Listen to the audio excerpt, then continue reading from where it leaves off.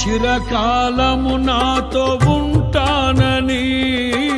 క్షణమైనా వీడిపోలేదని